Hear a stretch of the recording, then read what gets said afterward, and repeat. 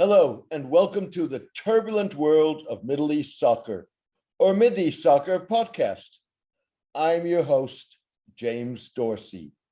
Food, far more than diplomatic relations with Arab states, could be turning Israel into a state rooted rather than implanted in the Middle East, even if Palestinians are likely to continue to look at the Jewish state as an implant and usurper for generations to come. Israel's conversion is as much a domestic revolution as Palestinians perceive it to be an extension of the expropriation of their land to the alleged appropriation of the food of a people that is in the majority living under occupation or a blockade or in exile. To be fair, the appropriation or culinary fusion may have happened irrespective of the occupation. Some 20% of the Israeli population is of Palestinian descent, and 44% of Israeli Jews identify as Mizrahim, or Jews of Eastern, primarily Middle Eastern, and North African origin. Palestinians assert on good grounds that Israeli repackaging of their food is part of a broader effort to minimize, if not erase, Palestinian national identity. Yet at the same time, the appropriation argument ignores the fact that Palestinians and Mizrahim share similar culinary traditions. It also neglects that the notion of a national cuisine is ambiguous at best. Every nation's culinary lineage is regionally specific and indelibly influenced by trade, migration, and conquest. I finally understand that even though national cuisine is a social construct, it can be useful, says Palestinian-American cookbook author Reem Kassis.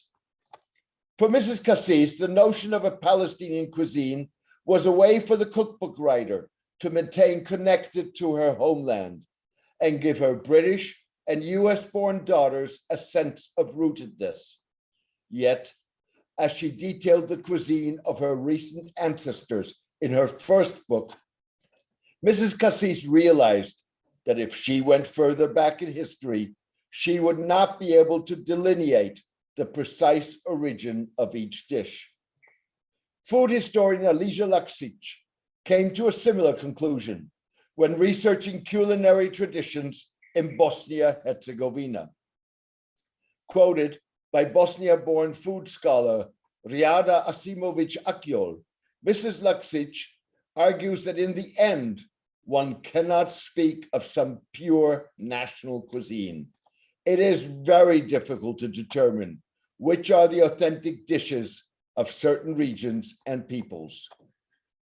Mrs. Kassis's and Mrs. Laksic's experience is no less true for Israel's Mizrahim, who together with Israeli Palestinians constitute a slim majority in Israel. Together, they have increasingly put their cultural stamp on Israel with music and food. In doing so, they have pushed to the margins cultural expressions of Ashkenazi European Jewish culture that dominated Israel's early years. It also reflects the coming out of a Mizrahi Jewish culture that was long looked down upon because of its Arab affinity. Food anthropologist Daniel Monterescu and food entrepreneur Yair Yosefi describe the transition as the orientalization of food that prioritizes North African and Arab dishes over Ashkenazi cuisine. In analyzing the role of excessive spice in Israeli cuisine, Messrs. Monterescu and Yosefi argue that spice has become a unifying factor that defines a broad social common denominator. Mizrahim, who eat spicy food, confirm their Mizrahiness, but even Ashkenazis, who eat spicy food, reaffirm their nativeness. In other words, Orientalization constitutes a rebalancing of identity, both within the Israeli Jewish community and between Israeli Jews and Palestinians, that goes beyond usurpation to some degree of commonality. It is a far cry from the cookbook writing that exploded in the wake of the 1967 Middle East War, in which Israel conquered the West Bank and the Gaza Strip.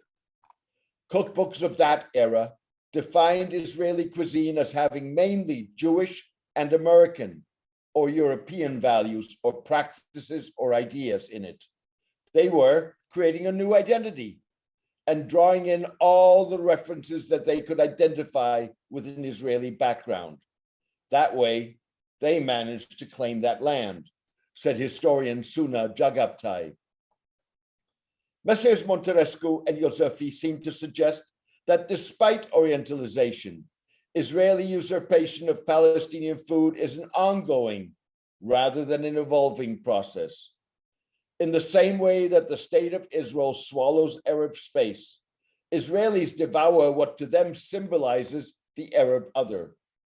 Spice food is a fantasy of imagined indigeneity, they wrote.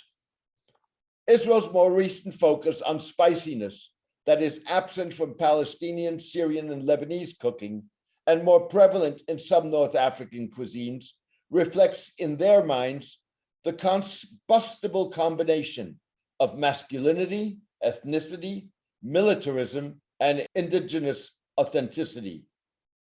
Messrs. Monterescu and Yosefi quote Israeli chef Eitan Banunu as saying, "There's a term among Israeli chefs.